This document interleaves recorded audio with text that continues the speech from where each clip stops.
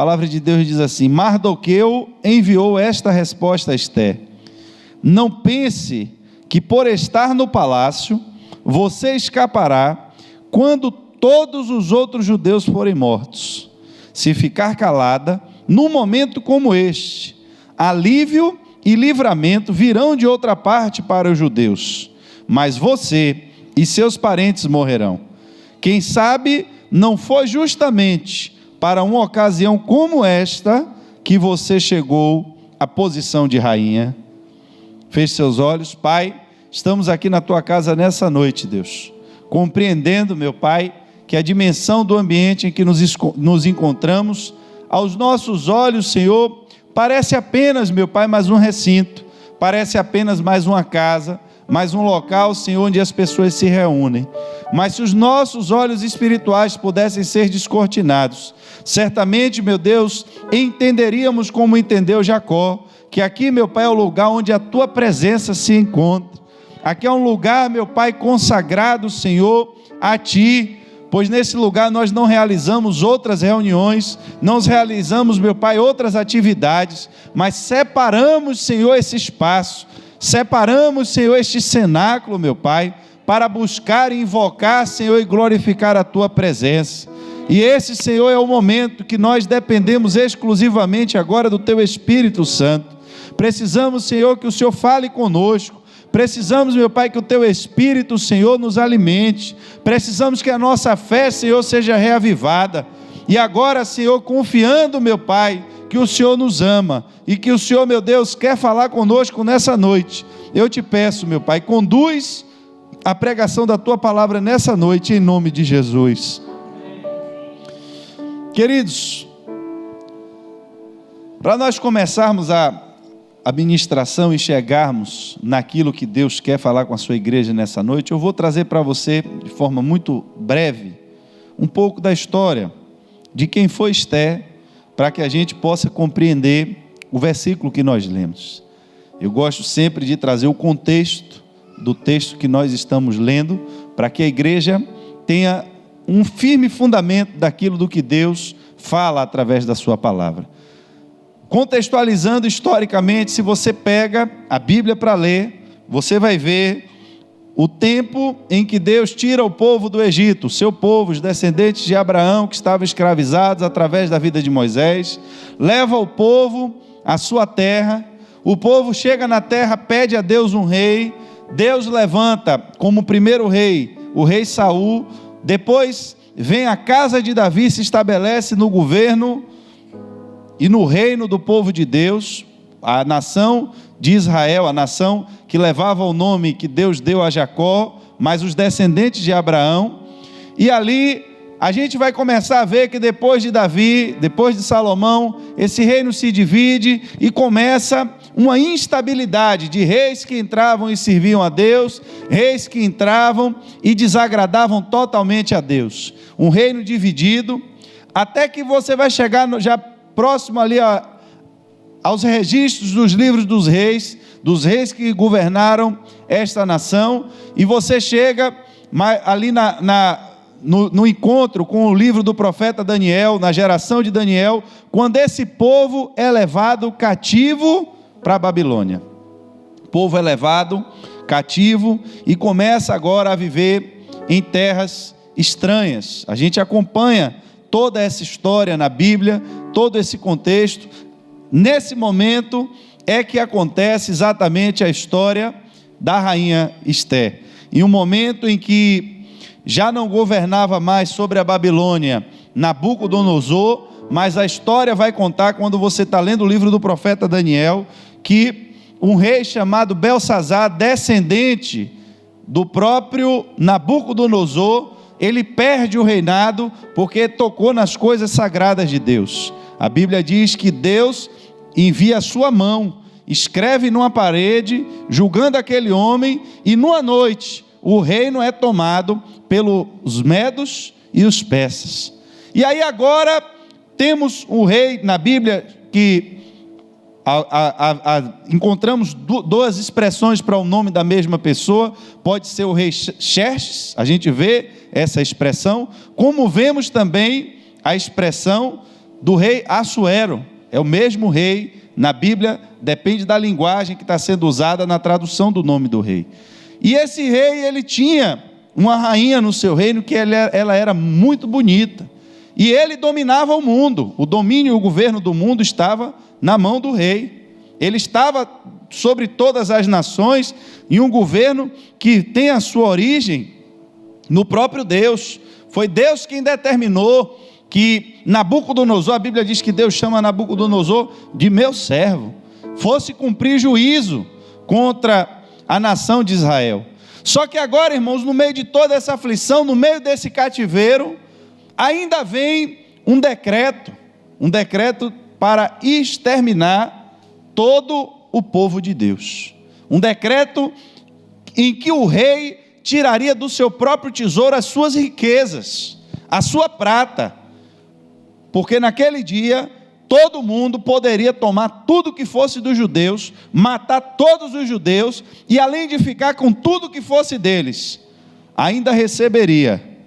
eles ainda receberiam do próprio Deus, do próprio rei, a sua prata. O rei recompensaria aqueles que matassem os judeus. Mas como eu disse a vocês, o rei Assuero, ele tinha no seu reino uma rainha muito bonita, chamada Vasti. E conta a história que o rei Assuero chamou os governantes de todo o seu império, e ele começa a mostrar as suas riquezas, ele começa a mostrar a sua glória. Ele começou a percorrer o seu reino com essas pessoas e mostrando o seu poder. Ele está ali passeando e mostrando a grandeza do seu reino, a sua riqueza, o seu poder, até que ele volta e chega na sua terra. E agora ele, no meio de um banquete, a Bíblia diz que ele já estava alegre pelo vinho, e ele traz agora a sua rainha. Ele traz aquela mulher vistosa para mostrar aos seus convidados. Só que o problema é que a rainha, ela se recusou a vir. Aqui, irmãos, eu já trago uma lição para vocês, antes da gente entrar nesse texto, antes da gente entrar na pregação. Por que que Vasti, ela não se apresentou diante do rei? Por que é que ela não foi até o banquete? Por que é que ela descumpriu a ordem do rei? Por que é que ela resolveu desobedecer ao rei? Aqui a gente tem que entender uma coisa: existe a figura do rei, existe a figura da rainha, mas tem a glória do rei e tem a glória da rainha. Mas o rei sem a rainha, ele continua sendo rei. Mas o rei, se a rainha não tiver ali a figura do seu rei, ela não tem o seu governo, pelo aquele tempo antigo. Então, Vasti, ela recebeu glória, ela recebeu poder, ela recebeu majestade, ela recebeu realeza. Só que ela se esqueceu que tudo que ela tinha dependia do rei. E ela, para manter a sua realeza, ela precisava permanecer em obediência ao rei. Olha que alusão perfeita acontece quando você entende que o povo estava cativo, e o povo, eles serviam, era o povo que se chamava pelo nome do seu Deus.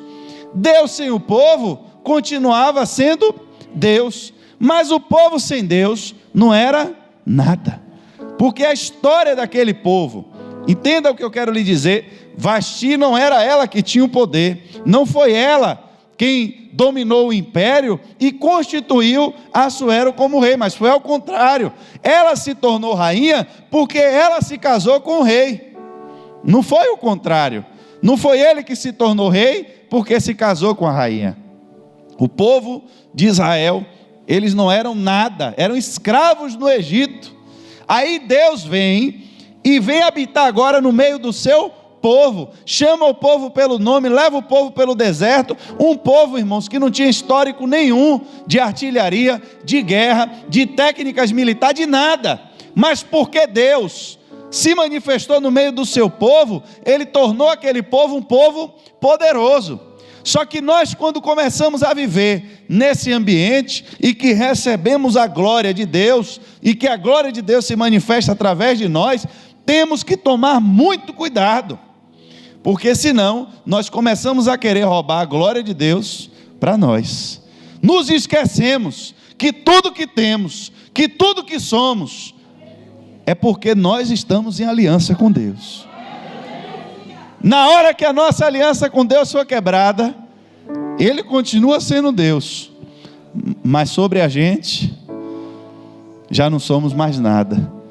Vasti era muito bonita, a beleza dela atraiu a atenção do rei, e por conta disso o rei constituiu ela como rainha. Ela tinha servos, ela tinha privilégios, ela tinha poder, ela tinha representação no reino.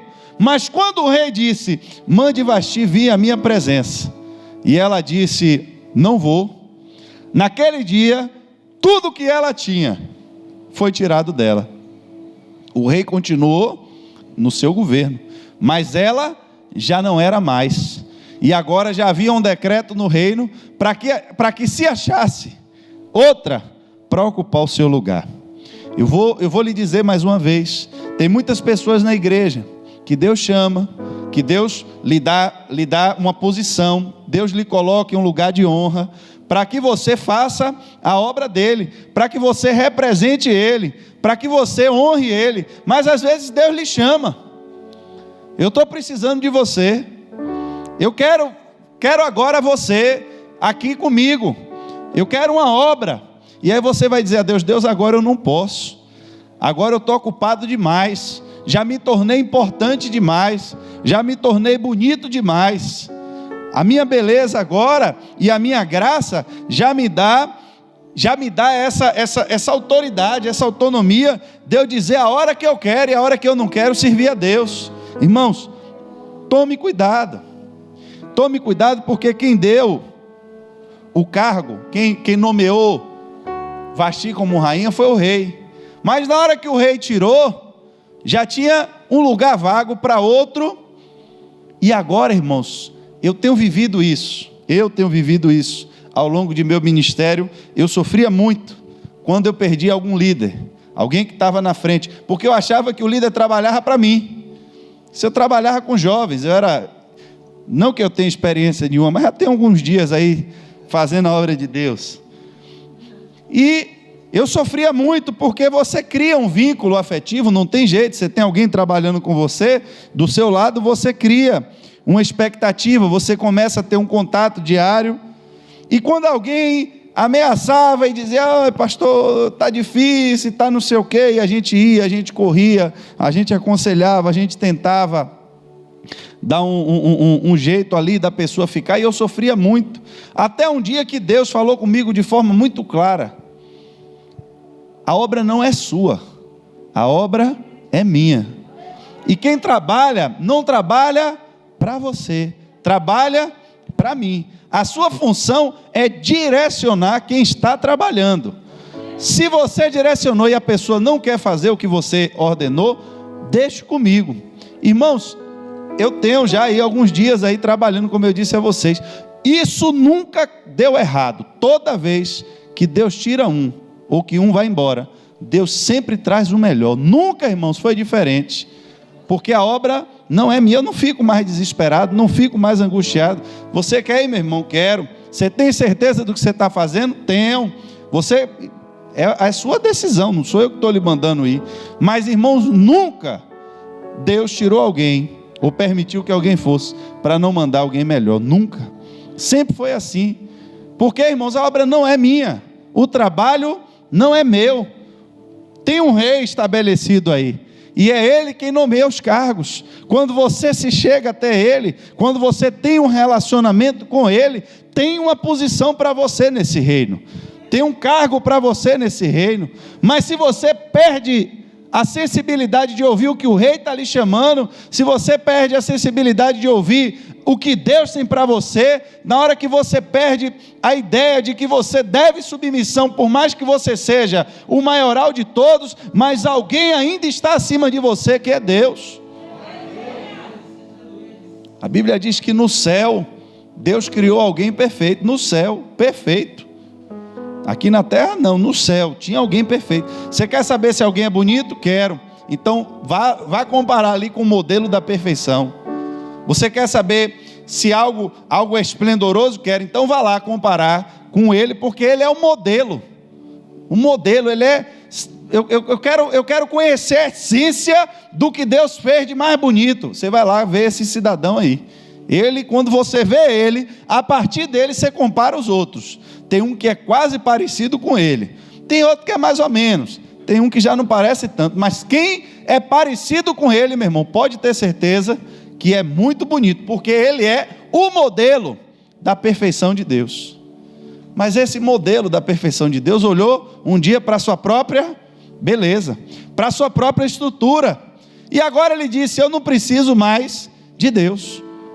Porque eu preciso agora também é ser adorado igual a Deus. Esse negócio de culto a Deus, vamos fazer agora um culto a mim. E nessa brincadeira, irmãos, ele destrói 1/3 dos anjos do céu.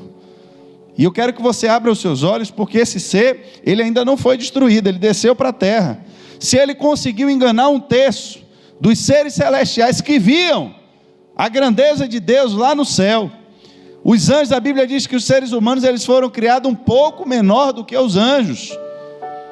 Você vê que um anjo só, Deus mandou no arraial de Senaqueribe e destruiu todo o seu exército. Um anjo só. Um anjo só. Ele enganou 1/3 dos anjos. E esse ser encontra-se aí pela terra, tentando enganar os homens. Se não for a graça de Deus, a revelação do Espírito de Deus, e se nós não nos apegarmos, irmãos, na palavra de Deus, se quisermos lutar contra esse ser, com a nossa mente carnal, eu vou lhe dizer que você vai perder. E o que é que eu preciso fazer? Eu preciso entender que na minha aliança com Deus, eu sou totalmente dependente dEle. Eu só sou alguma coisa se eu estiver ligado a Ele. Eu só tenho poder, só tenho autoridade se eu estiver em aliança com Ele. No dia que eu resolver desobedecer a Deus, Deus não tem mais parte comigo e já está procurando alguém no meu lugar. Foi exatamente o que aconteceu com o povo de Deus. Manda chamar o meu povo. O povo estava vivendo na orgia. Manda chamar o povo vivendo na idolatria. Manda chamar o povo, e o povo vivendo na satisfação de seus desejos carnais, vivendo no pecado, vivendo na prostituição, vivendo em práticas ocultas, estava vivendo tudo que não presta, e Deus mandando um recado. Irmão, chega uma hora que Deus para de mandar recado. Manda chamar a rainha, não vou. Manda chamar, não vou. Então, meu irmão, manda avisar ela que a partir de hoje ela está fora. E já tem alguém para ocupar o lugar dela melhor do que ela. É por isso que hoje eu e você estamos aqui ouvindo falar de Deus, ouvindo falar de Jesus, porque o Evangelho de João vai dizer que ele veio para o que era seu, mas os seus não o receberam. E era por isso, exatamente por isso, que o povo estava lá cativo, naquele lugar, tendo que sofrer agora as consequências, porque eles romperam o seu relacionamento com Deus. E nós precisamos tomar cuidado, muito cuidado com isso. Por mais que você cresça, por mais que Deus lhe abençoe, por mais que Deus lhe use, por mais que Deus lhe leve a lugares altos, sempre entenda que você é totalmente dependente de Deus. Não dá para desobedecer a Deus e querer e ainda tirar onda como se você ainda estivesse reinando em algum lugar. Você vai quebrar a cara. Porque, irmãos, tudo que nós temos, tudo que nós manifestamos, tem que ser respaldado por Deus. E aí, a Bíblia vai dizer que naquele tempo, nesse tempo de escravidão, nesse tempo que o povo estava cativo, ainda havia ali pessoas que mantiveram a sua fé genuína em Deus, pessoas que mantiveram ainda os seus compromissos, a sua santidade, a sua integridade diante de Deus. O interessante é que a Bíblia vai começar a destacar não a vida de Esther, mas vai começar a destacar a vida de um homem chamado Mardoqueu. A Bíblia vai começar a mostrar as características desse homem, quem esse homem era, e como ele se comportava. E aí quando sai, irmãos, agora esse decreto, eu quero que você entenda isso, sobre chamado, sobre o que Deus tem para você, que muitas vezes Deus vai usar o pastor para lhe preparar, mas aonde você vai o pastor não pode ir, porque Deus chama pessoas, capacita pessoas, até o momento que Deus vai chegar para você e vai dizer, chegou a sua hora, é agora que eu preciso de você, e é nessa hora, irmãos, que você precisa estar pronto. Você está vivendo aqui na casa de Deus, você está vivendo no reino de Deus, você está recebendo a palavra de Deus, você está tendo tempo para poder orar, buscar a presença de Deus sobre a sua vida, para jejuar, para você estar se fortalecendo em Deus. Mas muitas vezes você está sentado no banco e se questiona, mas será que a minha vida cristã é só isso? Será que eu só vou ficar aqui ouvindo palavra e ouvindo louvor? Irmãos, observe, tem algumas pessoas na Bíblia que Deus destaca, que eram pessoas que foram preparadas para cumprir uma missão exclusiva da parte de Deus. Alguns têm um ministério que são ministérios duradouros, que entram na história e permanecem, mas tem outros que da mesma forma que eles aparecem, eles desaparecem e você não sabe nem o que veio antes e nem o que veio depois. O que importa é se no dia que Deus lhe chamar e disser eu preciso de você hoje, você estaria pronto para Deus lhe usar hoje? O tempo que você esteve na casa do rei, o tempo que você esteve a serviço com todas as regalias que a casa do rei lhe deu, com todas as possibilidades que o rei lhe deu, será que você estaria pronto para fazer a obra de Deus? Quão decepcionante, irmãos, não deve ter sido para aquele jovem rico, quando ele se aproxima de Jesus confiante, achando que tudo estava bem na vida dele, achando que ele estava fazendo tudo certo, achando que de acordo com a religião dele, de acordo com o que ele aprendeu, com o que os homens ensinaram a ele, ele estava por cima da maioria daqueles da sua geração. E uma das características que o povo dele, do tempo dele, destacavam, era que a presença de Deus era manifesta na vida de uma pessoa, quando Deus respaldava alguém com bênçãos. Porque, é óbvio, porque estava na Bíblia os mandamentos, a lei de Deus, se você escolher a bênção ou a maldição. Então, eles tinham um entendimento muito firme, de que quando alguém resolvia obedecer a Deus, escolher andar na presença de Deus, eles iam experimentar todas as bênçãos que Deus tinha dito. Você vai ser bendito no campo, você vai ser bendito na cidade, você vai ser próspero, tudo que e iam assim, mas se não obedecer, aí vem o castigo. Então havia uma concepção muito firme neles, naquela geração, naquele tempo, naquele povo, naquela cultura, de que os desobedientes, eles eram pobres, mas todos que eram ricos, eram porque tinham alcançado o favor de Deus. E aquele jovem, culturalmente aceito como alguém abençoado por Deus, socialmente aceito como alguém que cumpria todas as leis de Deus, mas quando ele chega diante de Jesus, acreditando que ele estaria pronto, Jesus diz, mas lhe falta alguma coisa. Você quer ser perfeito? Não perguntou se ele queria ser bom, perguntou se ele queria ser perfeito. Irmãos, ali estava havendo uma mudança de paradigma. A lei foi dada para que se cumprisse o que estava acontecendo até ali, mas a partir de Cristo estava sendo agora promovida uma nova lei. Não era uma lei que revogava a anterior, mas era uma lei mais excelente do que a anterior. Jesus estava perguntando a ele, e ele não entendeu isso, porque ainda não tinha sido revelado para ele. Para o seu tempo, você pode até estar bom, mas está iniciando aqui um novo tempo, e para esse novo tempo, ainda lhe falta alguma coisa. Você quer entrar na dimensão do novo? Você quer compreender coisas grandes e firmes? Você quer ver coisas que até aqui você não viu? Você tem que fazer uma coisa, mais uma coisa. Você tem que pegar tudo que você gosta, tudo que você ama, tudo que lhe dá poder, tudo que lhe dá privilégios, tudo que lhe dá conforto, tudo que lhe faz ser alguém distinto e respeitado na sociedade que você se encontra, tudo que faz de você um maioral. Você vai ter que pegar tudo isso, se desfazer de tudo. Você vai dar tudo aos pobres. Depois você vem e me segue. A Bíblia diz que o jovem saiu triste. Saiu triste, porque ele tinha muitas riquezas. As riquezas, irmãos, que nós temos, nem sempre elas são só dinheiro, são coisas materiais, mas são coisas a qual nós nos apegamos firmemente a elas, estamos dispostos a abrir mão de tudo, menos daquilo. Isso são as nossas riquezas, são as coisas que nós guardamos, os nossos tesouros, os nossos segredos. Muitas pessoas têm em segredos na vida riquezas maiores do que o dinheiro, porque são coisas que elas guardam, são coisas que elas escondem.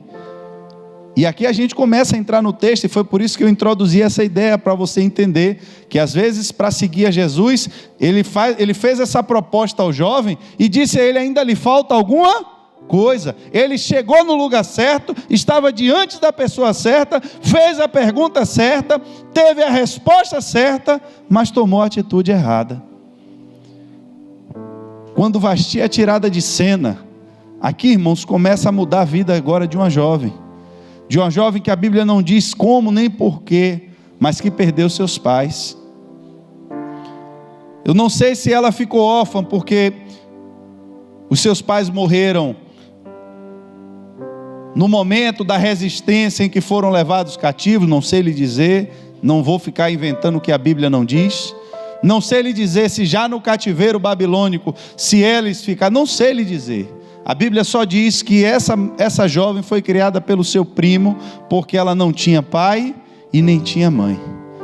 A herança dos seus pais, para ela, já tinha sido perdida, porque ela já não estava mais na sua terra. O que esperava, qual era o futuro que havia para aquela jovem em uma terra estrangeira, aonde ela não tinha mais o apoio dos seus pais, aonde ela não tinha mais poderes, aonde ela não tinha mais influência, onde não tinha mais conhecimento, e um local aonde até invocar o nome do Deus dela era algo que estava se tornando ali já arriscado, diante da ascensão de um vice-governador que dominava ali abaixo do rei, ele, e que tinha ódio pelo seu povo.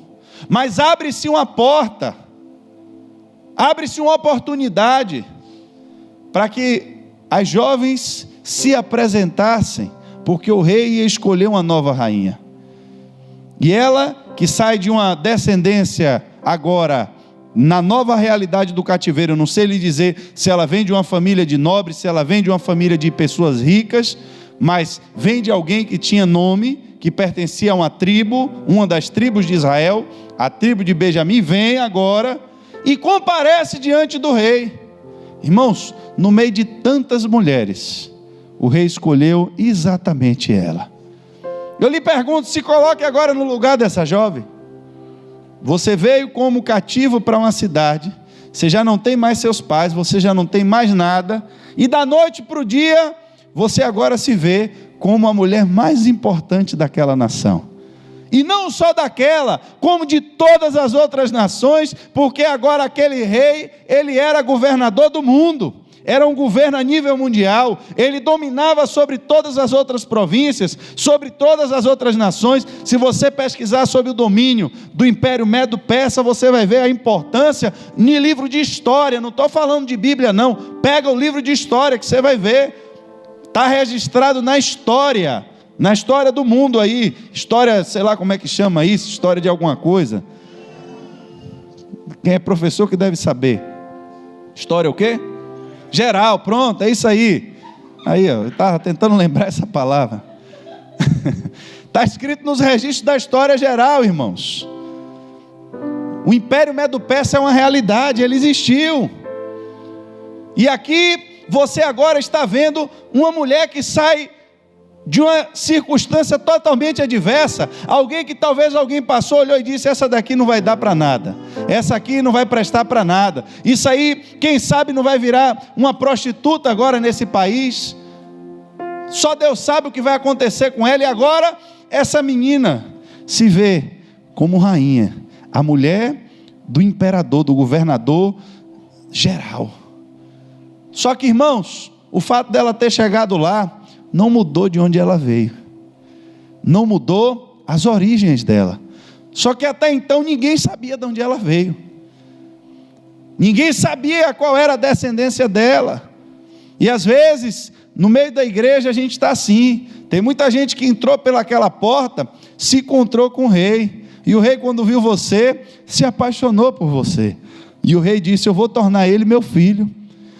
E você entrou pelaquela porta sujo, entrou pelaquela porta sem roupa, entrou pelaquela porta sem sandália, entrou pelaquela porta sem anel, fedendo a porco, e o rei matou o novilho cevado, fez uma festa no dia que você entrou nessa casa, lhe recebeu, lhe beijou, lhe abraçou, lhe envolveu, começou a mudar as coisas na sua vida, começou a lhe dar futuro, começou a lhe colocar em lugares altos, começou a em lugares de destaque, talvez que ele viu antes de você entrar pelaquela porta ali um dia. E entenda, irmãos, a porta não é dessa igreja não, eu estou falando é da porta da salvação.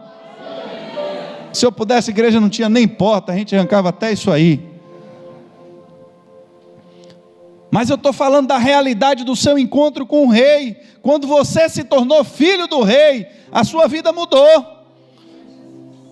As pessoas que lhe viam antes podiam lhe julgar, podiam lhe criticar, podiam subestimar você, achar que você não ia para lugar nenhum, achar que sua vida ia ser uma vida de fracasso, que sua vida ia ser uma vida de derrota. Talvez a sua descendência paterna, materna, você não tem respaldo nenhum, seu pai foi alguém que nunca lhe apoiou, que lhe abandonou quando você era criança. Talvez a sua mãe foi alguém que sempre lhe xingou, lhe disse coisas horríveis, mas quando você encontrou o rei, a sua vida mudou.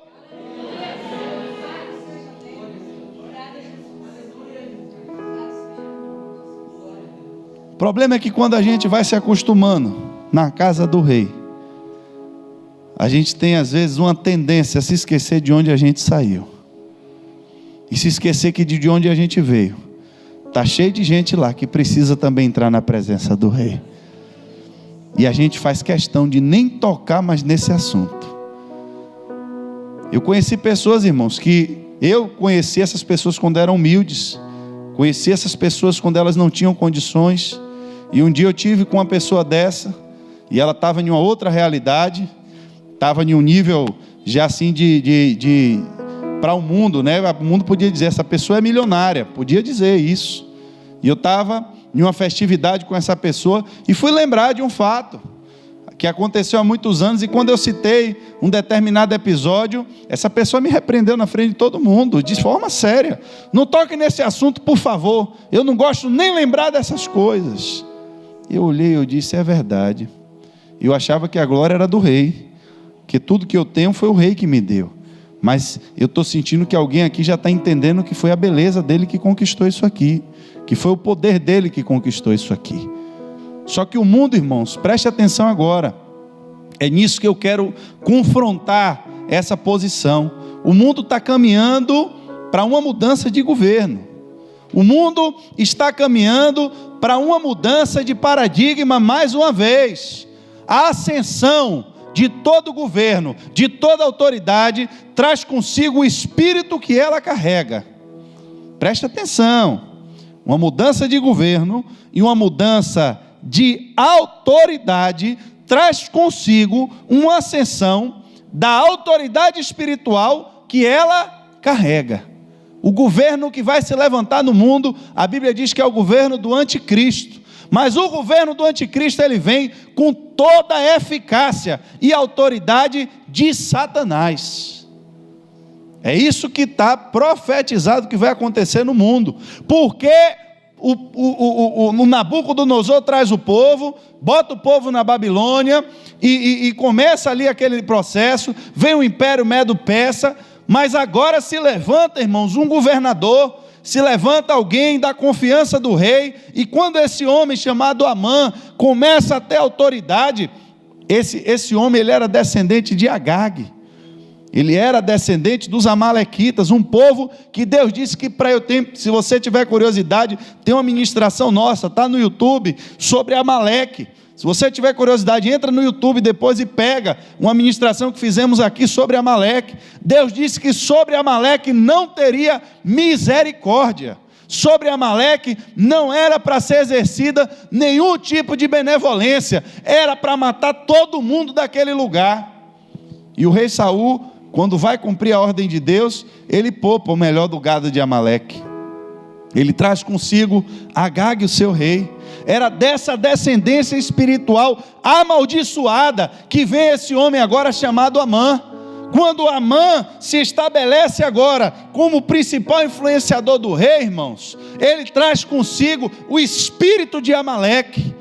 Ele ressuscita dentro daquele reino o ódio que ele tinha pelo povo de Deus, que não vinha dele. Aquilo não era uma coisa humana, aquilo não era coisa natural, mas havia uma potestade espiritual que dominava e governava o povo de Amaleque para um Deus que nós conhecemos, que é misericordioso e bondoso, ao ponto de dizer: entre nessa cidade e não poupe nem as crianças, nem os animais, destrua tudo. É porque, irmãos, o que havia sobre aquela cidade era algo terrível. Quem era Amã? Descendente de Agag, Agagita. Pode procurar que você vai ver. Amã era Agagita, descendente de Agag. Por onde esse homem escapou eu não sei, mas com certeza, se Saul tivesse cumprido o juízo de Deus, quando ele disse mata todo mundo, esse homem não existiria mais na história. Mas a desobediência de Saul faz levantar agora alguém com influência, o primeiro-ministro do rei, que manifesta agora o espírito, a potestade espiritual que governava a vida dele. E qual é o decreto que vem agora? Manda matar todos os judeus. Esse homem chamado Mardoqueu, alguém que mesmo estando em cativeiro, porque, irmãos, a Bíblia diz que o justo ele sofre junto com o injusto. É por causa do injusto que o justo padece. E eu vou lhe dar exemplos práticos. Você às vezes conhece uma pessoa que está por aí e o cara não quer trabalhar, é preguiçoso, e aí vai lá na Previdência Social, chega lá capengando e diz que está doente. Aí vai fazer perícia, arruma uma bengala, se enfaixa todo, se enche de geló, chega lá com cheiro de geló, quando ele destampa a porta, o povo começa a espirrar, todo torto, empenado, e entra, e aí o médico fica com pena do cidadão, aposenta o cara. Aí ele vai, sai de lá, vai jogar bola. Não é isso que acontece? Eu tenho certeza que quase todo mundo aqui já conheceu alguém com esse histórico aí. Toma remédio maluco, vai lá para fazer a perícia, chega lá, fala um bocado de besteira, quer quebrar a mesa do médico, o médico aposenta como doido, no outro dia ele está aí com dinheiro emprestando aos outros, agiota, 5%, trocando cheque para os outros, o dinheiro do INSS. Aí eu lhe pergunto, quando agora, um parente seu, alguém sério, alguém trabalhador, de fato, se acidenta, que ele chega agora na Previdência, se ele chega lá e disser, olha, eu estou doente aqui, o fiscal lá da Previdência vai acreditar nele? Não, meu irmão, agora o procedimento aqui vai ser diferente. Agora você vai ter que se submeter a uma perícia, só vai marcar a perícia daqui a 6 meses, vem cá, e como é que eu como durante esses 6 meses? Eu não sei, se vire. Você vai para a empresa só paga os 15 primeiros dias, é a lei. A empresa só paga os 15 primeiros dias do afastamento. Se a INSS reconhecer que você está doente, lhe paga o retroativo. Mas e a fome retroativa? Eu vou comer e vou voltar comendo os dias que passou? Não tem, irmão, indenização de fome retroativa. Mas vocês estão pensando que é brincadeira? Vocês não sabem quantos pais de família já choraram. Quantas pessoas honestas já sofreram vergonha, humilhação por causa disso? Você acha que essas lágrimas dessas pessoas vão cair na conta de quem? Vocês acham que vão cair na conta de quem? Vai cair na mão, irmãos, de todos aqueles que um dia receberam benefício de forma indevida. Porque foi eles que provocaram isso. Porque se o país ninguém tivesse corrupção, todo mundo fosse honesto, só precisava você avisar: eu estou doente, e recebia seu benefício. Mas se fosse assim, metade da população não ia trabalhar. Se com perícia, com médico, com exame, com tudo, tanta gente sã aí, irmãos, sem necessidade nenhuma, recebendo benefício, imagine se a coisa fosse fácil. Você vê que negócio de auxílio social aí, tanta gente, irmão, fraudando, e para receber uma mixaria a mais, irmãos, são dinheiro que essas pessoas recebem, elas não sabem, mas elas estão trazendo maldição para a sua vida, estão trazendo doença para a sua casa. Não se envolva, irmãos, com essas coisas erradas, que isso não tem futuro. A nossa bênção vem de Deus, a nossa proteção vem de Deus. Confie em Deus que Ele vai lhe abençoar. Aí chega o decreto: vai morrer todos os judeus. Amã está lá, ele estava no cativeiro, mas não foi só ele que bagunçou. O povo bagunçou, e aí Deus mandou todo mundo para o cativeiro, ele teve que ir junto. Mas a Bíblia diz que ele colocava a vida dele em risco, porque ele não se dobrava diante de homem nenhum. Não era por orgulho não, irmãos. Tem muita gente que pega esse texto e interpreta errado. Ah, meu irmão, vou me ajoelhar diante de homem. Tome cuidado. O sentimento não era esse. O sentimento é porque aqueles governadores, eles eram idolatrados naquela nação, como se eles fossem deuses. Era como se fosse alguém divino que estivesse passando, como se você estivesse em um culto, e um culto fora aqui da igreja. Vamos supor, você está trabalhando de serviço em algum lugar, e está tendo um culto ali de outra religião, e alguém quer lhe obrigar a participar. Você não vai participar disso, e aí você vai colocar o seu emprego em risco. Aquele homem, quando passava aquelas autoridades que eram tidos como deuses, eles tinham que se prostrar, ele não se prostrava. Ele colocava a vida dele em risco, mas ele não era orgulhoso, ele não era arrogante, ele estava fazendo aquilo porque ele tinha entendimento que foi exatamente a idolatria que levou o povo para o cativeiro. E a gente, irmãos, precisa entender que quando ele recebe a notícia agora, ele olhou para ele mesmo e disse: o que é que eu vou poder fazer? Só que ele se lembrou de alguém, ele se lembrou da rainha Esther. E ele manda um recado para ela, e diz: olha, mandaram um decreto aqui dizendo que vão matar todos os judeus. Aqui, irmãos, olha, está o coração da mensagem, presta atenção agora, não se distrai agora não, porque quando Esther recebe o recado de Mardoqueu, olha a resposta que ela vai dar. Ela vai dizer: olha, já tem muito tempo que eu não sou chamada à presença do rei. O rei já tem um tempo aí que ele não me chama mais lá. E se eu entrar na presença do rei, e o rei não aceitar a minha presença, ele vai me matar. Foi isso que ela mandou responder. Preste atenção no detalhe. Já tem um tempo que eu não entro na presença do rei. E você está vivendo aonde, minha filha? Eu estou vivendo no palácio. E você está comendo aonde? Estou comendo no palácio. E você está desfrutando o quê? Os privilégios de ser rainha. Mas na presença do rei já tem um tempo que eu não entro. Não entro. Mas o problema chegou. Você está envolvida no problema, mas eu estou no palácio. E agora eu não estou sendo chamado à presença do rei. Eu não posso resolver. Aí a gente entra no texto que a gente leu. É quando Mardoqueu tem um entendimento e diz a ela, é como se ele dissesse: olha, eu não estou no lugar onde você está, mas estou entendendo que se você não fizer nada, Deus vai agir. Ele vai dar um jeito de livrar o seu povo. Agora, sobre você, não pense que você vai sair ilesa só porque você está no palácio, só porque você está em posição de destaque. Quem sabe não foi para um tempo como esse que o Senhor lhe colocou aí. Qual é o tempo, irmãos, que Deus vai querer lhe usar? Para que é que Deus está lhe preparando? Pastor, Deus me abençoou muito. Estou com dinheiro aí, meu irmão, para fazer muito negócio. Irmãos, deixa eu lhe perguntar uma coisa. Será que não foi para um tempo como esse que Deus colocou a bênção na sua mão? Será que não foi? Irmãos, preste atenção. Temos 2 textos na Bíblia que eles vão falar exatamente sobre isso. Ele vai dizer em Zacarias 1, capítulo 1, do verso 3 ao 4, vai dizer assim, ó: portanto diga ao povo, assim diz o Senhor dos Exércitos, olhe bem, voltem-se para mim, e eu me voltarei para vocês. Não seja como seus antepassados, que não quiseram ouvir, nem dar atenção quando os antigos profetas lhe disseram: assim diz o Senhor dos Exércitos, deixe seus caminhos maus, e abandonem suas práticas perversas. Em Malaquias 3,7, o mesmo texto: desde os dias dos seus antepassados, vocês se afastaram dos meus decretos, e não os seguiram.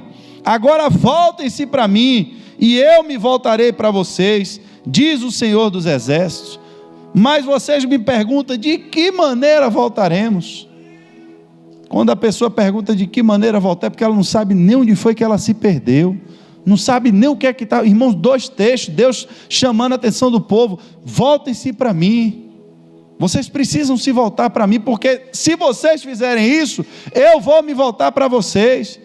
Mas a consequência que Deus diz é: mas eles não quiseram me ouvir, não entenderam que o rei era eu, não entenderam que tudo que eles tinham é porque fui eu que dei. Eles não entendiam que a prosperidade na casa deles era a minha mão sobre eles. Eles não entenderam que a paz no coração deles era a manifestação do meu Espírito. Eles não entenderam que as bênçãos que estavam sobre eles é porque eu sou o rei sobre a vida deles. E quando o homem não entende isso, o que é que o homem entende, irmãos? Quando o homem não entende isso, o que é que o homem entende? Profeta Abacuque, capítulo 2, verso 9. Ai daquele que ajunta em sua casa bens mal adquiridos, para pôr em lugar alto o seu ninho, a fim de se livrar das garras do mal. É um sentimento.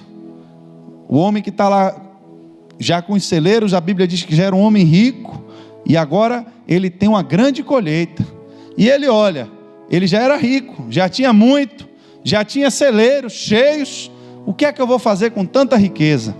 Só tem um jeito: eu tenho que quebrar tudo para construir novos celeiros, maiores do que o que eu já tenho, para eu juntar mais riqueza. E agora que eu juntar tudo, o que é que eu faço? Aí agora eu vou dizer: descanse a minha alma, porque o dinheiro que eu tenho já dá para eu viver tranquilamente. Tem gente, irmãos, que vai viver a vida toda com essa insegurança, com medo de voltar para onde saiu. Eu era pobre, ganhei alguma coisinha, agora eu tenho que me segurar para segurar o que eu tenho. Irmãos, quando você começa a pensar nisso, você começa a se esquecer de Deus, porque você começa a querer colocar os seus pés, como a Bíblia está dizendo, em lugares altos. Você começa a querer construir o seu ninho em um lugar alto, em um lugar que lhe dê segurança, e você começa a colocar a sua confiança sobre isso. Você começa a acreditar que quem vai lhe proteger é o seu dinheiro. Você começa a acreditar que quem vai lhe curar é o plano de saúde e é o médico. E você começa a se cercar de uma estrutura que lhe dê essa segurança, até o ponto de que quando você se sentir plenamente seguro, você se esquece de Deus. Isso é automático. No dia que você se sentir plenamente seguro, que o seu dinheiro responde por tudo, você se esquece de Deus. A rainha chegou lá no palácio: meu irmão, tem um decreto aí, diz que vai matar todo mundo, mas o problema é que eu não entro na presença do rei. O rei já me chama já tem um tempo. Quanto tempo tem, irmãos, que a gente tem entrado de verdade na presença do rei? A presença daquele rei, havia uma santificação tão grande, que se alguém entrasse sem ser chamado, e o rei não tivesse misericórdia, a pessoa morria fulminado na hora, porque não podia entrar na presença do rei de qualquer jeito. Qual é o segredo então, irmãos? Que essa rainha agora entendeu, quando Mardoqueu diz: olhe, talvez tenha sido para um tempo como esse, que Deus lhe colocou aí. Até agora Deus não lhe pediu nada. Você veio de lá, de sua terra, você veio para aqui, a gente cuidou de você, mas de uma forma sobrenatural, você foi escolhida no meio de tantas outras mulheres aí. E agora você está ocupando uma posição elevada, mas não se esqueça de onde você veio, não esqueça quem é o seu povo. O rei pode não saber qual é a sua descendência, mas Deus sabe.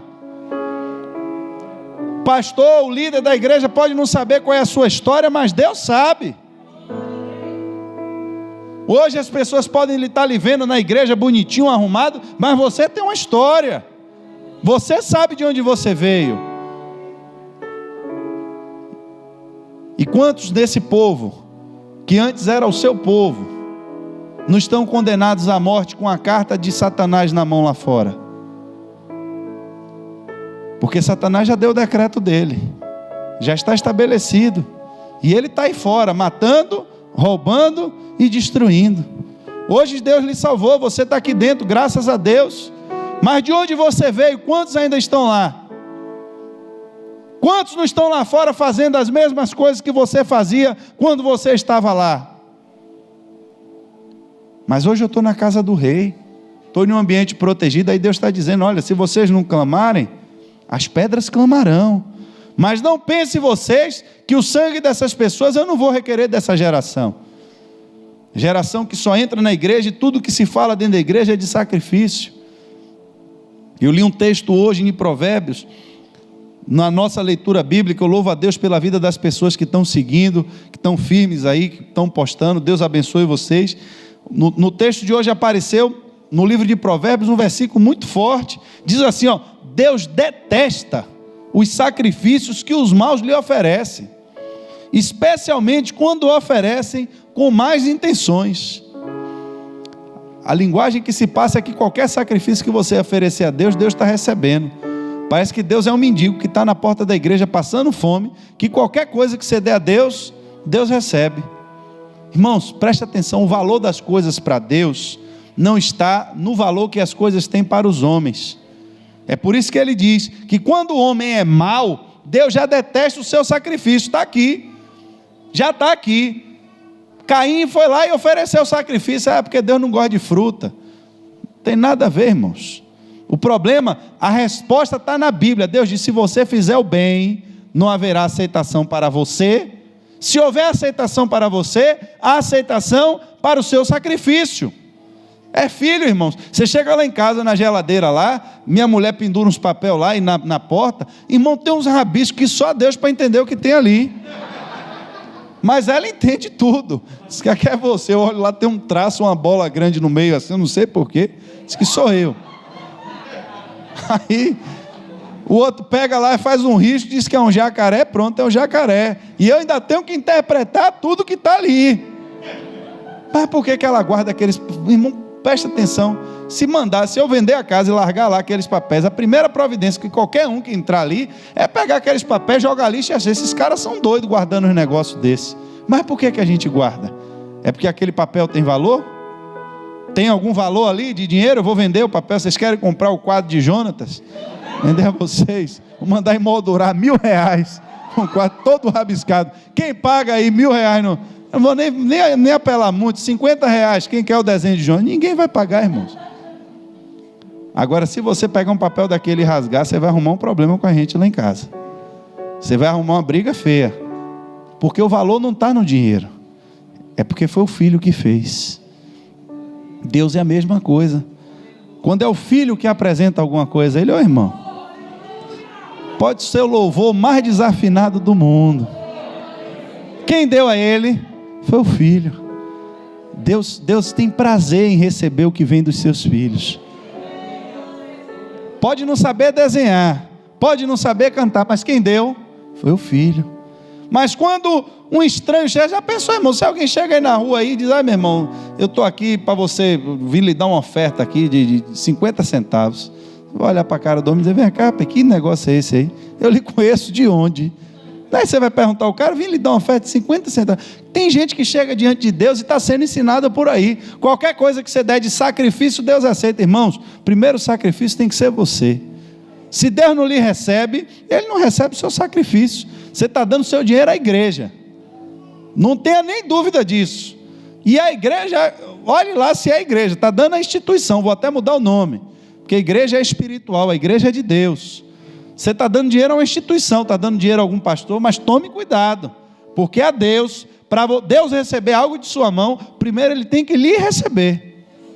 Se fizeres o bem, não haverá aceitação para ti? Foi a resposta que Ele deu a Caim.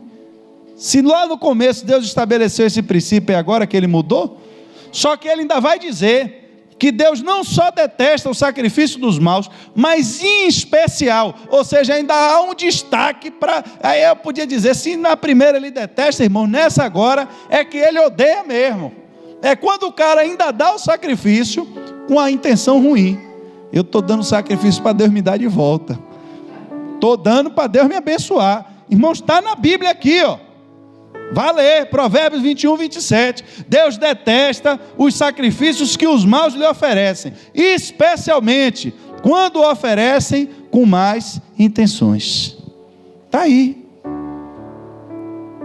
Está lá Mardoqueu, vivendo no reino, as consequências do pecado do povo, vem agora um decreto e diz, vai morrer todo mundo, vai atrás da rainha.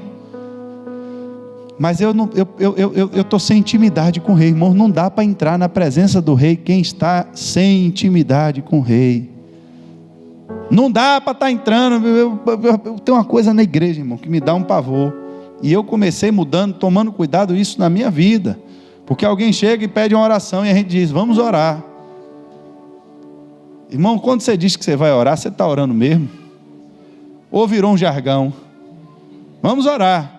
Olha, meu irmão, estou pedindo oração aqui para o fulano e cicrano que está doente. Amém, irmão, vou orar. Você ora mesmo quando você diz que você vai orar? Chegou um clamor no palácio. O clamor veio da rua. Tem misericórdia de nós aí, rainha. Talvez tenha sido para isso que Deus lhe levantou nesse tempo.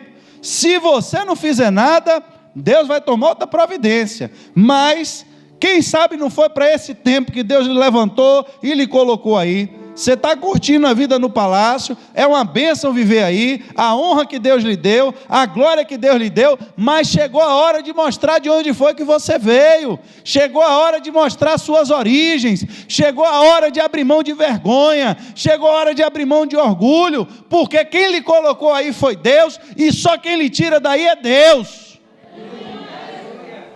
Mas você tem que fazer a obra de Deus, vai ter que fazer o que Deus mandou, vai ter que fazer o que Deus pediu. Mas como é que eu vou fazer se eu estou sem intimidade com Deus?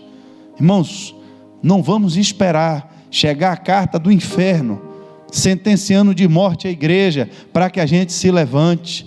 Quantas igrejas não resolveram se despertar só quando chegou o decreto do governo dizendo não vai ter mais culto? Aí o povo vai para a rua, aí o povo briga e faz zoada. Mas quando estavam fazendo passeata aí, zombando de Deus, quem foi que se importou?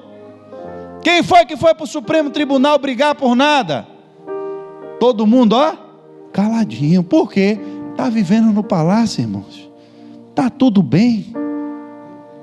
A briga está lá na rua, a confusão está lá na rua, aqui onde eu estou não me pega nada. E aí, irmãos, agora chegou a carta, agora chegou a intimação aí, vai morrer todo mundo, e agora faz o quê? Agora eu estou sem intimidade com o rei, agora eu não visito mais a presença do rei. Tome cuidado, irmãos, tem pessoas que vivem a vida cristã assim, sem intimidade com Deus, vem para a igreja, assiste culto, mas vai para casa como se Deus não existisse, leva a vida a semana toda, você vai para o trabalho, pega ônibus, volta, você pensa no namorado, pensa no filho, pensa no neto, pensa em todo mundo, só não pensa em Deus. Você tem tempo para tudo na vida, para ver Instagram, para ver a vida dos outros no Facebook, assiste Big Brother, assiste tudo que não presta, mas não tem tempo para ler a Bíblia. Tome cuidado, porque às vezes a carta vai chegar e possa ser que você não tenha tempo de voltar à presença do rei. Precisamos viver uma vida na presença do rei, irmãos, de forma constante. Em Eclesiastes 9:8 vai dizer, em todo tempo, em todo tempo, sejam alvas as tuas vestes, e nunca falte o óleo sobre a tua cabeça.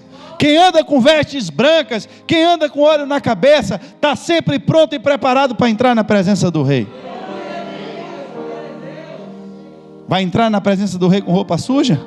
Vai entrar na presença do rei fedendo? Óleo aqui, irmãos, era símbolo da unção. Óleo era cheiroso, era perfume. Cabelinho arrumado, cheio de óleo cheiroso. Entendeu?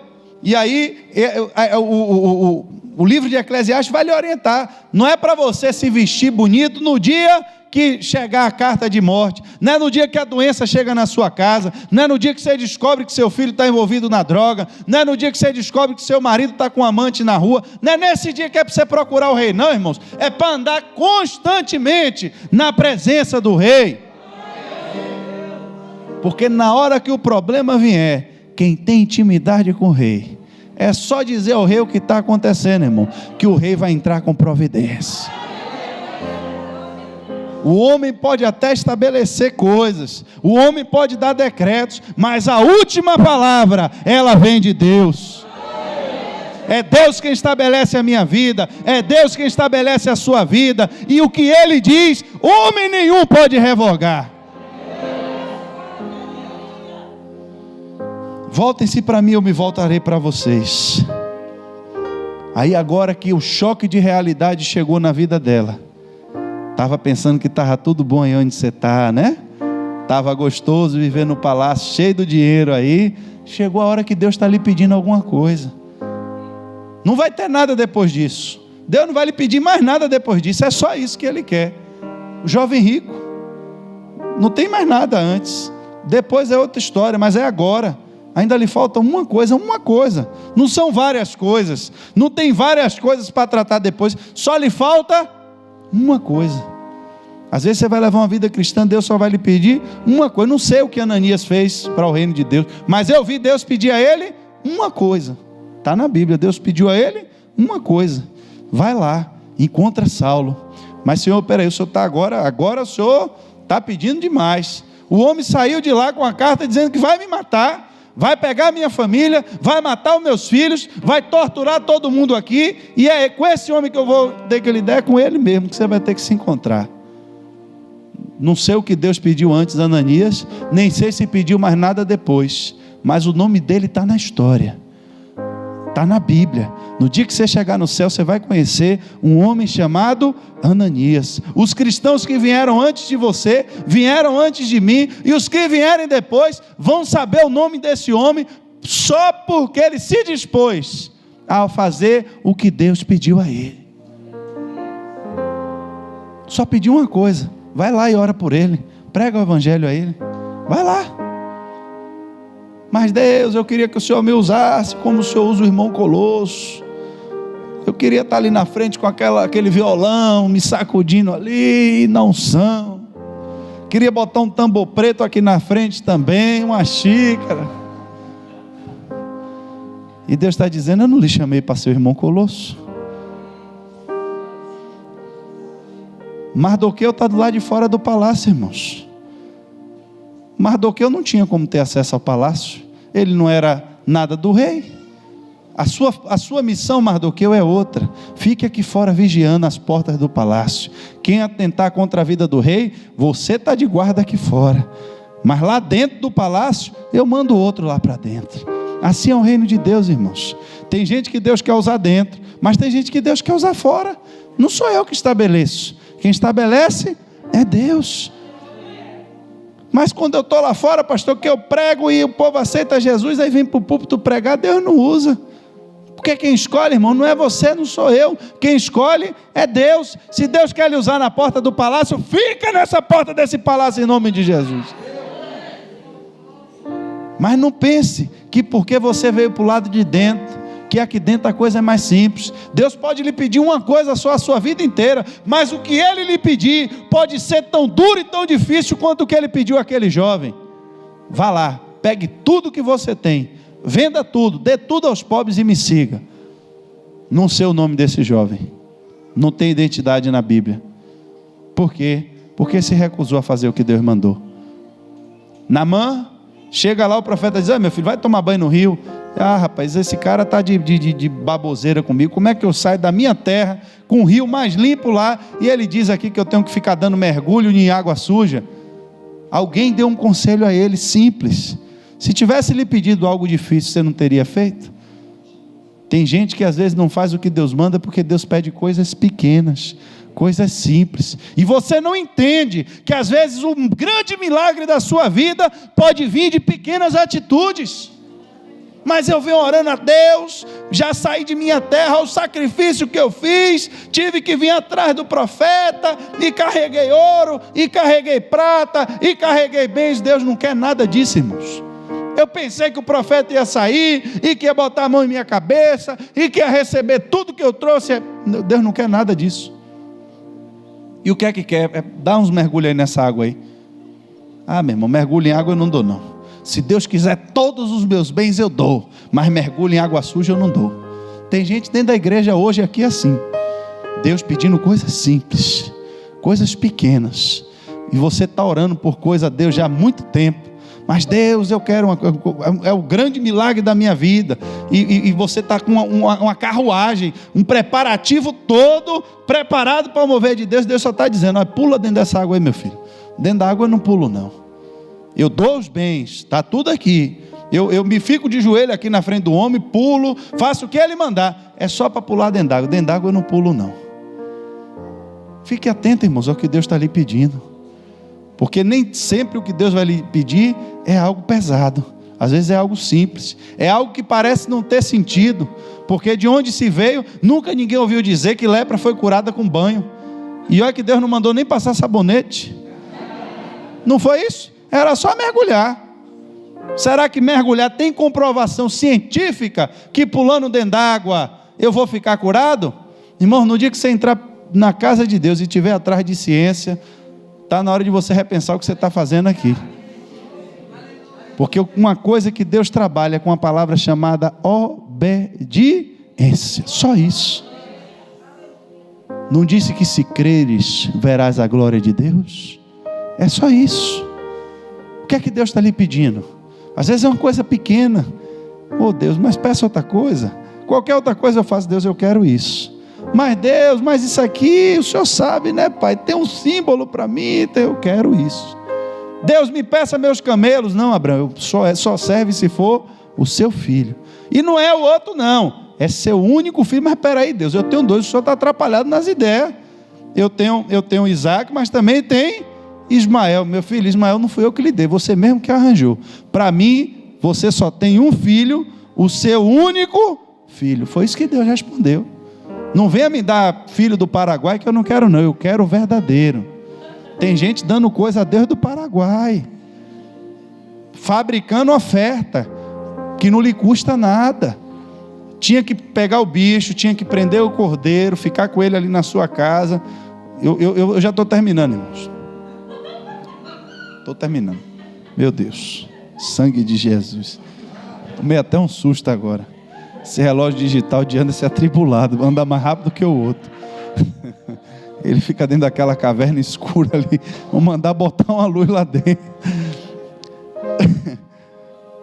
Uma vez, meu pai, ele tomava conta de uma igreja lá em Praia do Forte. Minha mãe deu na cabeça que queria comer uma galinha da Angola. Tô fraco, sacué, essas coisas aí. Tudo mesmo nome. E aí, meu irmão, vem a gente, resolve passar na fazenda para comprar esse bendito dessa galinha da Angola, esse sacué. E aí comprou. Só que quando chegou em casa, irmão, já era porque foi na fazenda, aí conversou com um homem, teve manga, isso e aquilo. Quando a gente chegou em casa, já era 1h30 da tarde. E o sacué vivo. Aí meu pai pensou, se for matar o sacué, for botar dentro d'água, para tirar a pena, para não sei o quê, a gente vai almoçar hoje, 4 horas da tarde, não vai dar certo esse negócio. Vamos fazer o seguinte, a gente deixa hoje aqui, aí a gente almoça, faz uma comida mais rápida, e amanhã, a gente pega, vai no abatedouro, abate o bicho, e aí a gente come, pronto. Aí já tinha passado a vontade, né? Enchido a barriga de manga, e aí a vontade de comer galinha da Angola já tinha diminuído, porque com fome a gente tem umas vontades, né? Vai fazer mercado com fome não, irmão, que você se atrapalha, viu?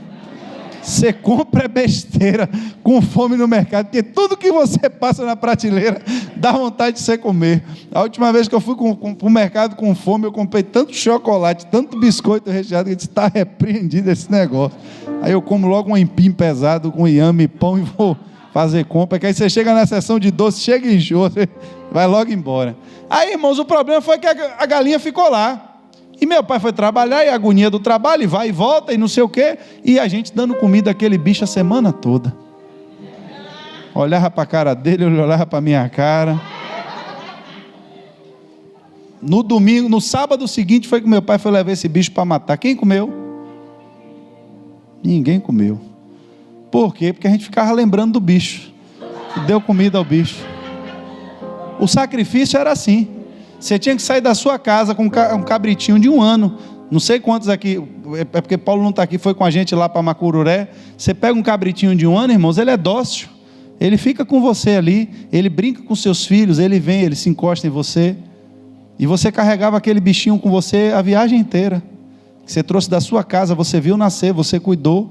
E vinha a viagem, você tendo que dar comida a ele na boca. Para quando chegasse lá, você mostrar ao sacerdote, o sacerdote ia matar o bicho na sua frente. Ia dar um corte no pescoço, ia segurar ele, e você ia ter que presenciar o bicho se estribuchando, morrendo ali na sua frente. Era algo que significava para você. Eu acho que hoje esse negócio de carneiro perdeu o sentido.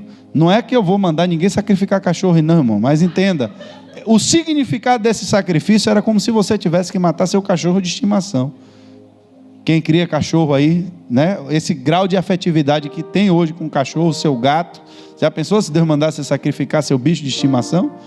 Você ter que trazer aqui para o pastor, cortar o pescoço, você ficar vendo o bicho morrer? Mas é exatamente isso mesmo que vocês precisam entender. Porque começaram a fabricar sacrifício que não custava nada para Deus. Porque ao invés de eu trazer o bicho, eu usava de uma prerrogativa que a lei deu. Se você morasse longe demais, você podia comprar o bicho já no templo. Então começaram a vender o bicho no templo.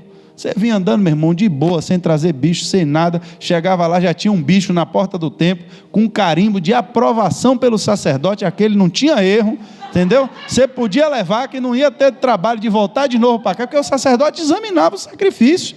Se ele olhasse que o bicho tinha defeito, você perdeu a sua viagem, perdeu o seu bicho, perdeu tudo. Mas já tinha um com selo do Imetro na porta do templo. Já era um convênio lá dentro com um sacerdote, com um cambista, e já tinha, mas aí eu vim de outro lugar, a moeda era outra, não se preocupe, meu irmão, já tinha gente para trocar o dinheiro na porta. Eu vim com dólar, o cara trocava em real na porta do templo, na hora, e você comprava o bicho, que você nunca viu, apresentava ali, meu irmão, o sacerdote tampava o pau no bicho e você caía fora. Está tudo resolvido diante de Deus. Tudo resolvido o quê, irmãos? Olha onde essa história vai dar.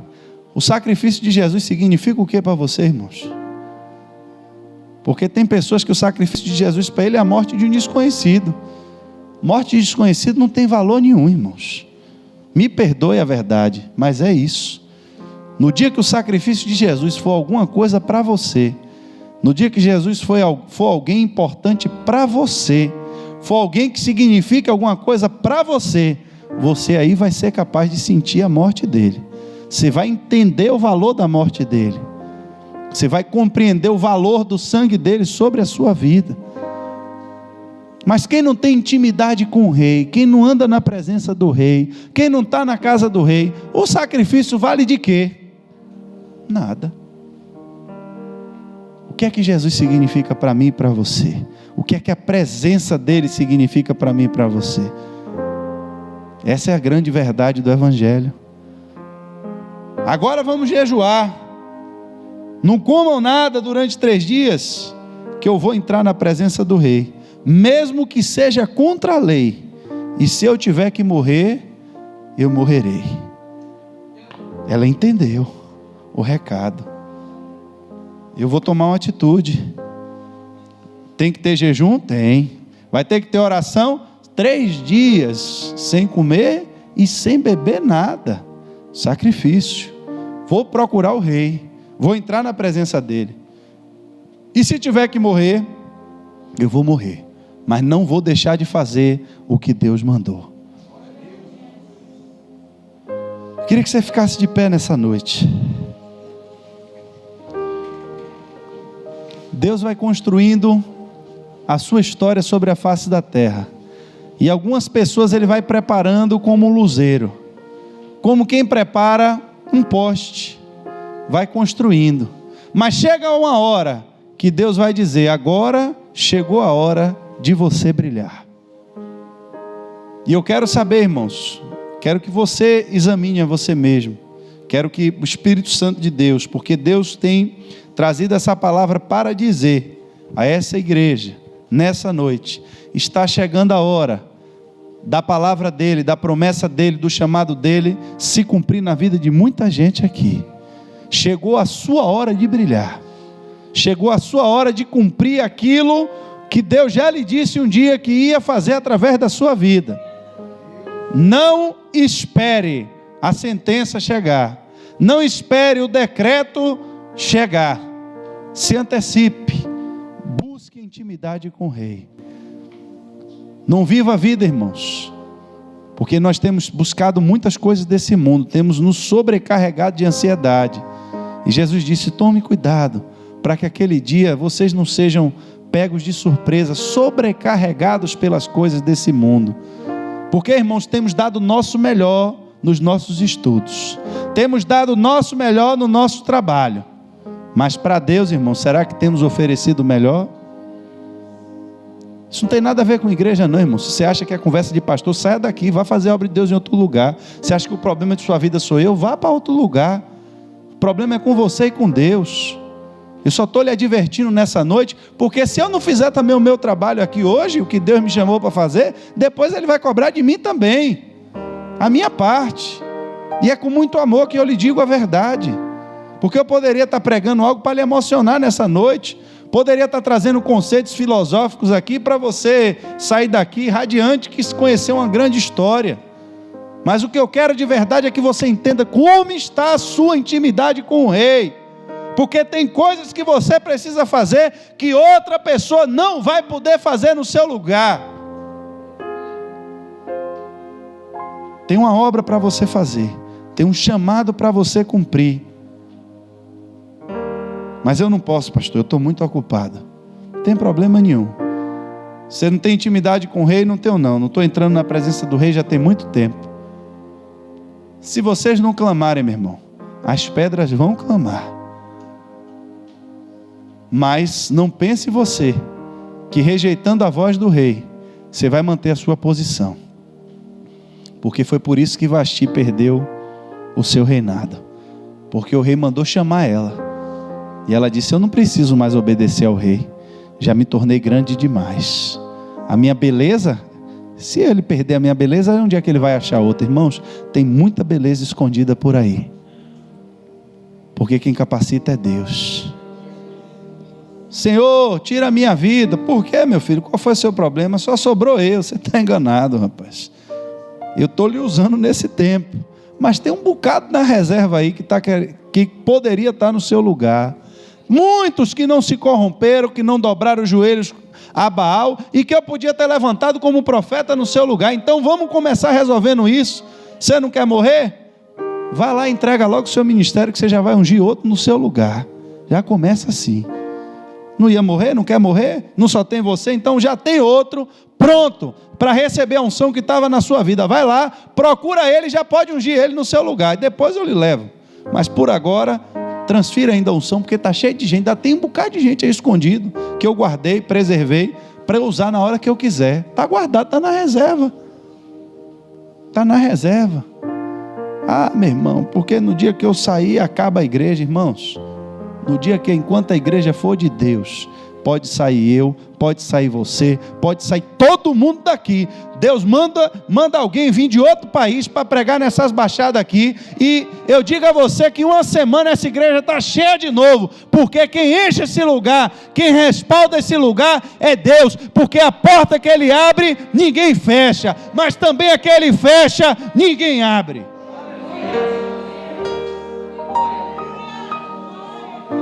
Entrando na presença do Rei. A carta chegou, vai matar todo mundo, vai morrer todo mundo. E agora vai fazer o quê? Só tem uma saída. Tem que entrar na presença do Rei. Não vamos esperar, irmãos, esse tempo. É tempo de entrarmos em intimidade na presença do Rei. Feche seus olhos.